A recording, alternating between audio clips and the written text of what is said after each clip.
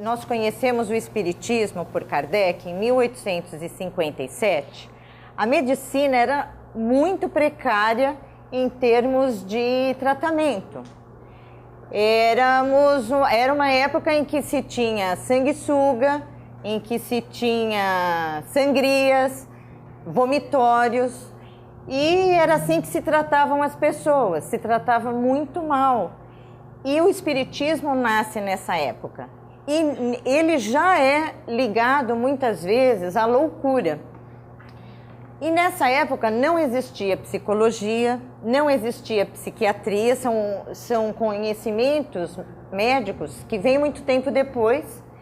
E só na Revista Espírita a gente vai ver 26 artigos que falam especificamente da loucura, porque já naquela época eles associavam o Espiritismo como o produtor de loucura. E Kardec vem então questionando e mostrando que as coisas não são bem assim. E o que a gente tinha naquela época, que é a primeira imagem, eram as medidas do crânio, que é a frenologia, e por aí eles faziam o diagnóstico. E as mulheres, quando tinham um ataque de fúria, já podia internar. E os maridos internavam mesmo e ficava ad eterno nos sanatórios. E aí nós vamos ver esse estudo de pesquisas médicas, eles dividem em 3 vertentes. A primeira, e esses estudos, eles vão enfocar do século XIX até o final da metade do século XX, até mais ou menos 1940. E esses 3 grupos são divididos da seguinte forma. Um primeiro, que a cura que acontecia nos centros espíritas concorriam com a medicina acadêmica. Uma segunda vertente eram pesquisas que se centram no campo do discurso médico sobre as ideias e práticas espíritas. Então eram médicos renomados que falavam e aquilo que eles falavam era lei. E assim foi. E uma terceira linha de pesquisas foram trabalhos centrados em instituições de sanatórios, de hospícios, que eram os nomes que se tinham a hospitais em que só se internavam problemas como o diagnóstico de loucura. Bom, no primeiro, as curas que concorriam com a medicina acadêmica, os espíritas começaram a se encher de pessoas e saíam de lá com receitas com homeopatia e se curavam. Então, claro que os médicos e as associações médicas caíram matando, dizendo que aquilo era charlatanismo, que aquilo era curandeirismo. Para se ter uma ideia, para esses trabalhos foram levantados como fonte primária processos criminais, porque o espiritismo era taxado como crime contra a saúde pública.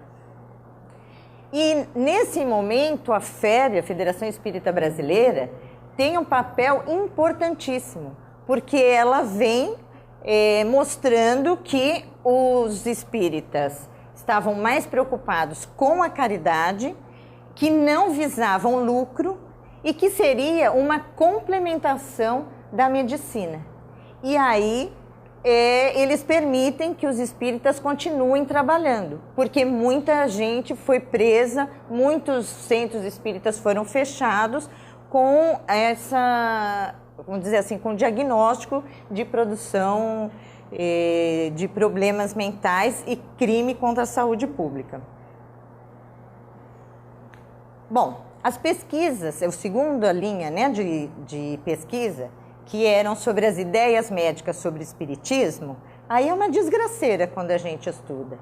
Por quê? Eles taxam que o espiritismo é produtor de alucinação, de delírios, era um perigo essas sessões espíritas, e quem vem falando são médicos que têm muito nome, que é o Dr. Franco da Rocha, que em São Paulo era um sanatório tão grande que virou o nome de uma cidade, gigantesco. O doutor Nina Rodrigues, que também detona o espiritismo, E quando eles falam é a lei. Então pode internar porque isso é uma produção de loucura. E o espiritismo, junto com a sífilis e o alcoolismo, era uma das principais causas de internação em hospícios de alienados. É duro, hein? Fala, até 1940, 1950, foi outro dia. E o espiritismo é visto como uma doença contagiosa, uma epidemia. Isso é um vício. Tudo bem que muitos de nós começam a vir no centro uma vez por semana, depois passa 2, 3, pode até ser um vício. Mas daí a ser internado é um longo caminho.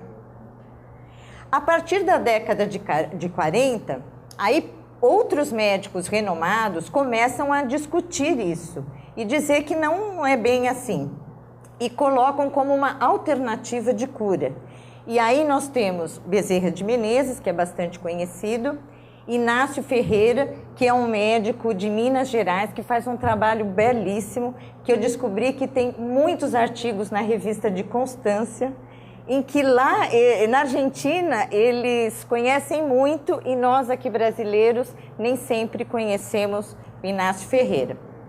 Brasílio Marcondes Machado e Souza Ribeiro. Então são médicos também importantes e que começam a dar uma outra conotação, dizendo que o espiritismo pode ajudar no tratamento de pessoas, que os espíritas não cobram e começam a ser dado uma ideia melhor, os espíritas são vistos de uma forma melhor. E aí, então, se começa a analisar as instituições. Porque os sanatórios são locais de depósito de doentes. Péssimas instalações, sempre lotados. E vêm os espíritas, constroem hospitais, dão uma dignidade a esses locais e tentam começar a implantar as terapêuticas espíritas, com o passe, com a desobsessão, vamos dizer assim, com um tratamento mais humano. E as pessoas começam a melhorar. E esse médico, Inácio Ferreira, em Minas, no sanatório de Uberaba, ele começa a fazer estatística. E essa é a grande dificuldade para os pesquisadores, vamos dizer, um médico ou outros cientistas. Para que o trabalho seja validado, ele tem que ser seguido como normas acadêmicas. Então, a gente tem que ter dados, tem que ter estatística, tem que ter toda uma regra para se entregar um trabalho acadêmico, para ele ter valor e validar os novos conhecimentos. E aí, os desafios. No caso das curas mediúnicas, que concorrem, né, que eles colocam que concorrem com o tratamento tradicional. Utilização de conhecimentos espíritas efetivamente na prática médica e na prescrição. O local que eu vi que estão se trabalhando com isso foi lá na Argentina, que o Alejandro mostrou para nós um grupo de médicos que trabalham em cima de prescrições médicas, de tratamento, então que estão tentando trabalhar dessa forma. Aqui em São Paulo existe também, e em outros locais do Brasil, centros espíritas que fazem cura, grupos socorristas de médico, mas nós ainda não temos uma quantidade estatística para se montar trabalhos e que esses trabalhos sejam publicados em revistas renomadas do mundo acadêmico. Então eu vejo isso como um desafio do século XXI. E, sem sombra de dúvida, buscar o equilíbrio entre o espiritismo livre pensador e a medicina com pensadores livres. Porque, infelizmente, muitos dos meus colegas de trabalho são muito radicais, não aceitam a homeopatia, a acupuntura, espiritismo, então, nem pensar. Não consegui separar a psicologia, apesar do tema ser pesquisas médicas, eu não consegui separar, e acho que não é boa a separação da psiquiatria com a psicologia, porque são duas ciências que vão junto no entendimento do ser humano, então eu deixei elas juntas. E também eu fiz um recorte, vamos dizer assim, dentro das pesquisas médicas, porque era impossível em 30 minutos abarcar todas. Então eu peguei as três que a gente tem mais indícios de trabalhos. Então, uma são as experiências de quase morte, a segunda, terapias de vidas passadas, e a terceira, transtornos mentais com mediunidade. Bom, experiências de quase morte tem o que a gente entende por isso, né? São as vividas por pessoas que foram consideradas mortas e depois de um determinado tempo voltam à vida, dizendo que abandonaram o corpo e viveram breves instantes de liberdade. Para nós, isso é uma coisa tranquila, a gente entende bem.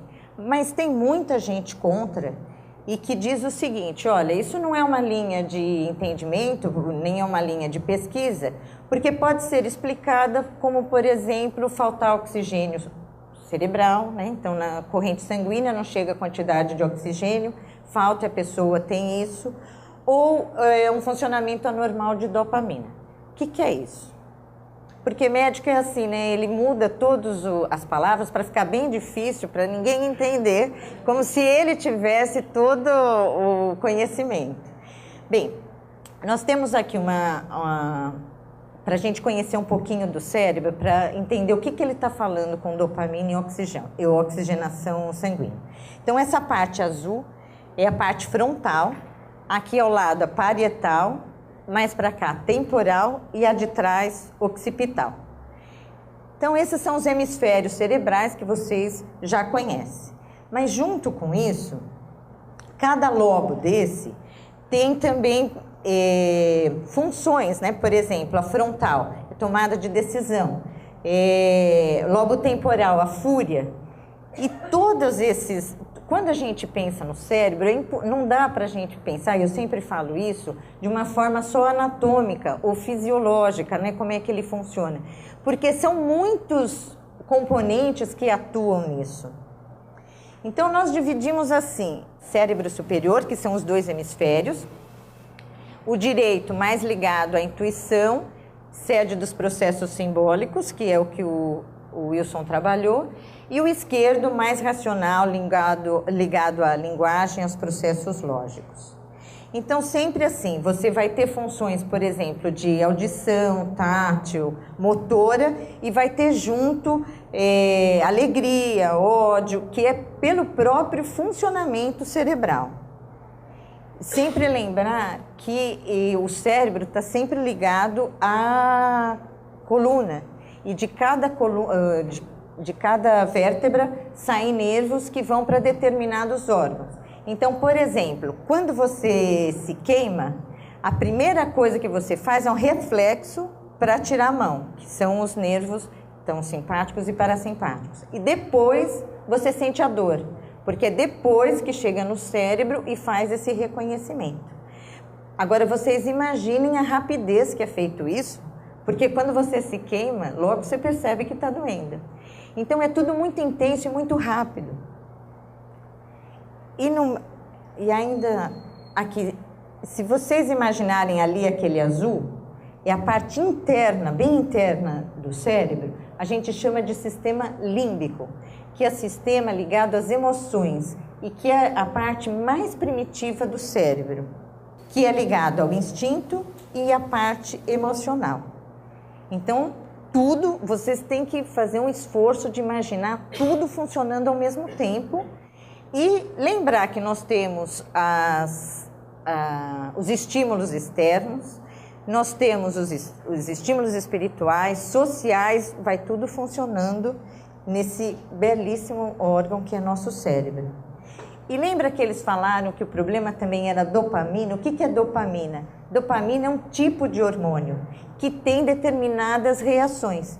Então, por exemplo, prazer, motivação, mas existem outros hormônios, serotonina, noradrenalina, enfim, que se encharca o cérebro aqui, e que essas substâncias são liberadas e vai funcionando o cérebro, ou sentindo mais medo, ou tendo uma emoção diferente. Por isso que cada um reage de uma forma. Por exemplo, se eu vejo a cor azul, para mim pode despertar eu gosto, prazer, emoções boas. E para outro pode ser completamente diferente, porque as coisas vão funcionando além do cérebro. Anatômico e fisiológico, mas num contexto do ser humano de uma forma ampla. Então, só para vocês conhecerem, aquele no cantinho superior à direita é o neurônio, a célula cerebral. Para ela passar o estímulo para outro neurônio, que é essa daqui, são duas formas, uma elétrica e outra hormonal. Então, a gente vê naquela emenda ali como passa esse hormônio, e aqui vários neurônios trabalhando junto. Aí é dessa forma que esse impulso chega rapidamente. E eu não posso deixar de falar. Então temos aqui o cérebro, hemisfério, que vocês já viram, imagem, leitura, com uma visão de como os egípcios viam. Então, ali, o óleo de Horus é exatamente igual à anatomia do cérebro, da parte do sistema límbico que eu falei para vocês, o mesmo desenho.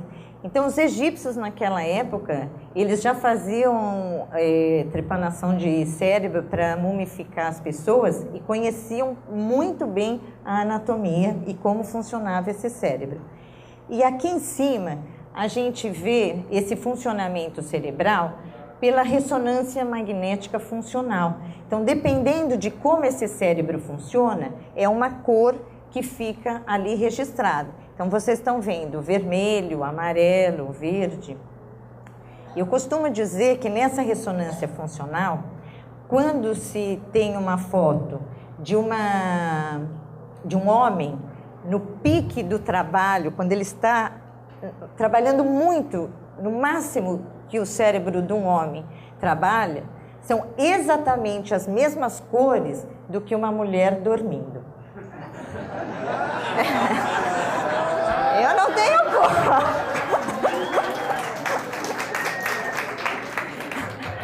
A ressonância que falou, não fui eu.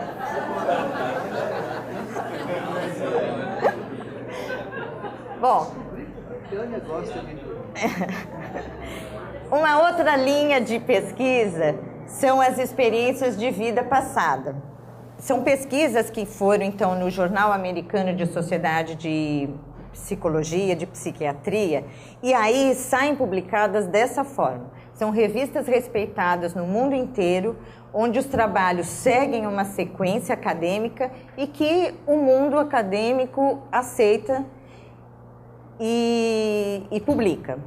Então, tem essa autora, Linda Tarazi, ela é uma psiquiatra, ela faz terapias de vidas passadas, e ela teve um caso onde ela não soube explicar o que era. Que pra gente, é claro que a gente vai falar que é reencarnação, mas ela jamais, porque ela não acredita nisso. Então saiu o artigo com esse nome, um caso raro de regressão hipnótica com algum conteúdo inexplicável.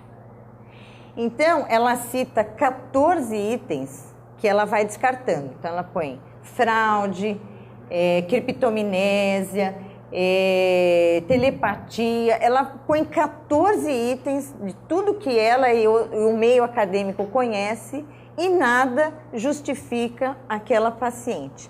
É um caso muito, muito lindo, uma paciente que ela se lembra de uma vida que ela é uma espanhola, que ela passa pela Inquisição, ela conta coisas, diz onde está o documento, a psiquiatra vai atrás, ninguém sabe daqueles documentos. Então, é um caso como ela publicou, um conteúdo inexplicável, que ela não conseguiu explicar, mas está lá. Então, eu entendo que são os grandes desafios, porque você começa a publicar em jornais, né, revistas que têm peso no conteúdo, no meio acadêmico e que não dá para refutar. Eu elenquei aqui no Brasil o Júlio Pérez, porque ele também faz terapia de vidas passadas.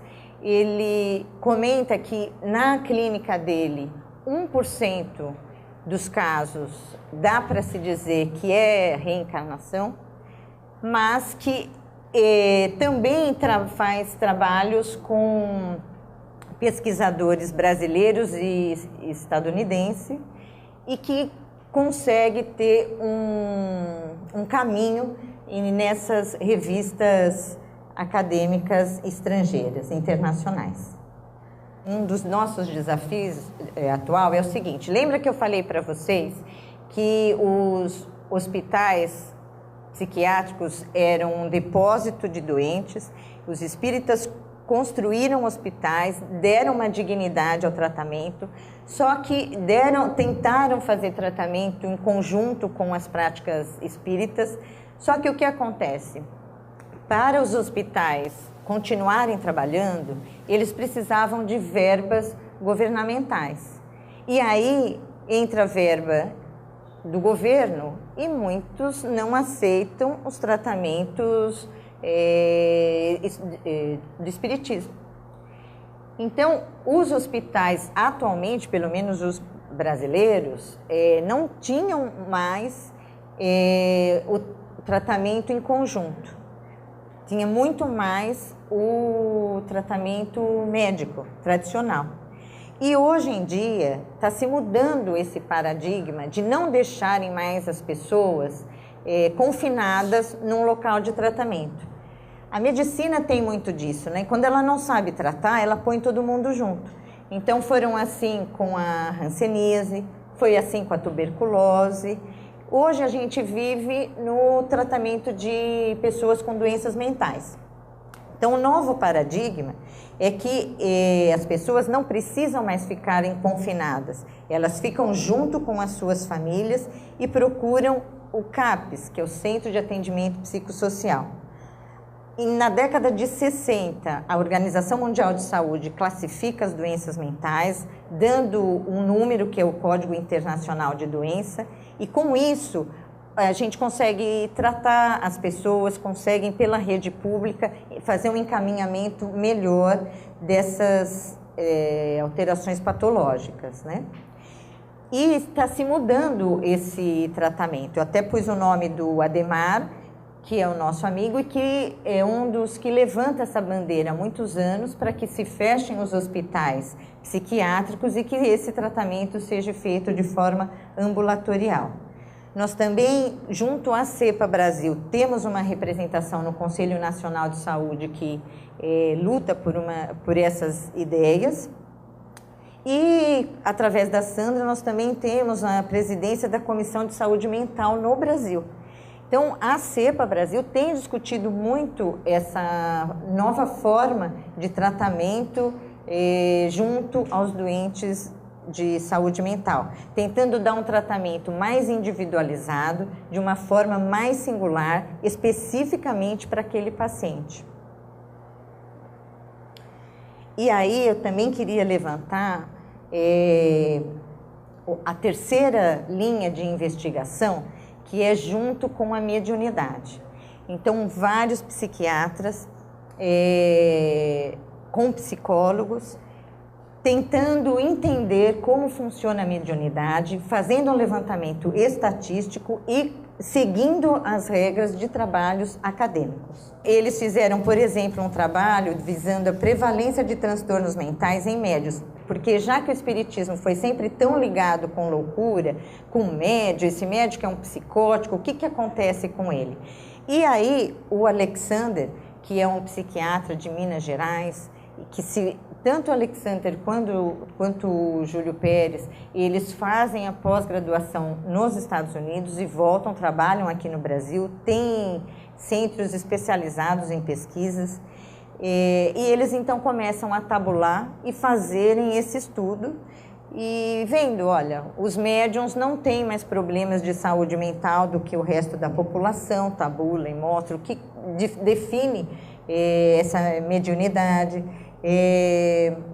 Um outro trabalho sobre a fenomenologia das experiências mediúnicas, perfil de psicopatologia, enfim. Eles estão conseguindo fazer pesquisas médicas sérias. Através da ressonância magnética funcional, que é esse aparelho que eu já contei para vocês. E queria falar um pouquinho desse trabalho que eles fizeram nos Estados Unidos. Esse trabalho, eles levaram médiums aqui do Brasil, foi em conjunto com a Universidade de Boston, junto com um psiquiatra lá dos Estados Unidos. Então, o que consistiu o trabalho? Eles pediam para os médiums escreverem um texto. Eles escreviam um texto, faziam dosagem dos hormônios lá, tirava sangue das pessoas, fazia dosagem de hormônios, escrevia um texto e passava na ressonância magnética. Então, a parte do cérebro que era da escrita, lembra que eu mostrei o desenho para vocês? Estava lá com uma cor. Depois, mediunicamente, com a psicografia, passava na ressonância novamente. E é outro local do cérebro que está em funcionamento. Então, eles computam, mostram que hormônio que estava aumentado, qual não era, tabula tudo e aí funciona como uma pesquisa médica. E a gente consegue que seja publicado e um respeito pelos outros cientistas. Porque a gente não precisa falar, isso aqui é psicografia ou isso aqui é pintura mediúnica. Está lá provado e que é diferente. E assim nós estamos conseguindo abrir esses caminhos. O Alexander tem um núcleo de pesquisa em espiritualidade e saúde em Minas Gerais. Atualmente são essas 3 linhas de pesquisa que eles estão fazendo.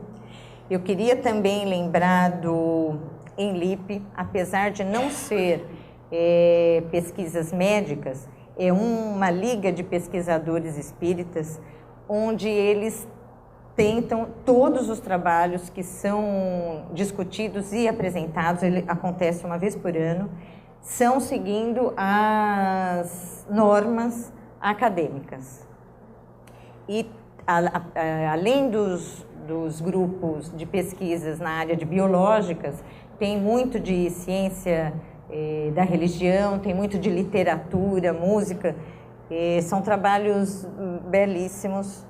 Um que acho que vocês já conhecem, do Alexandre Caroli, que ele pega aquele livro do Parnaso de Além Túmulo e faz um estudo literário. Então, ele, como uma tese de doutorado, ele pega os textos, estuda profundamente 5 autores e mostra o texto como aquele autor, e eles têm lá todas as regras dele, como é que você pode dizer que isso é daquele autor, o que marca aquele autor, enfim. E depois ele põe os textos do Chico Xavier e compara. E conclui, fala, olha, essa pessoa tem que ser excepcional para conhecer 5 autores, porque normalmente um dos professores, eles são especialistas num autor. E no Parnaso de Além Túmulo são mais de 40, e ele estuda 5 e mostra 5. Um outro trabalho que eu vi muito interessante é a partitura de Mozart, que foi queimado no Alto de Fé de Barcelona. Então, uma tese de mestrado em que o colega estuda a partitura, então o acorde, o tipo que é ascendente, descendente, como faz, ele estuda todo Mozart e coloca a partitura. Então, são provas muito importantes que eles estão pesquisando, e são teses de mestrado, de doutorado, que está indo. Acho que esse é o nosso grande desafio na área de pesquisa. Eu queria também citar, como eu disse a vocês, foi um recorte. Então, tem grupos muito sérios na Universidade de São Paulo, na Universidade de Campinas, que é uma cidade no interior de São Paulo, em Minas Gerais, eu mostrei para vocês, tem na Unifesp, que são grupos de estudos que estão tentando desenvolver pesquisas pelas regras da academia, vamos dizer assim. E o meu muito obrigada.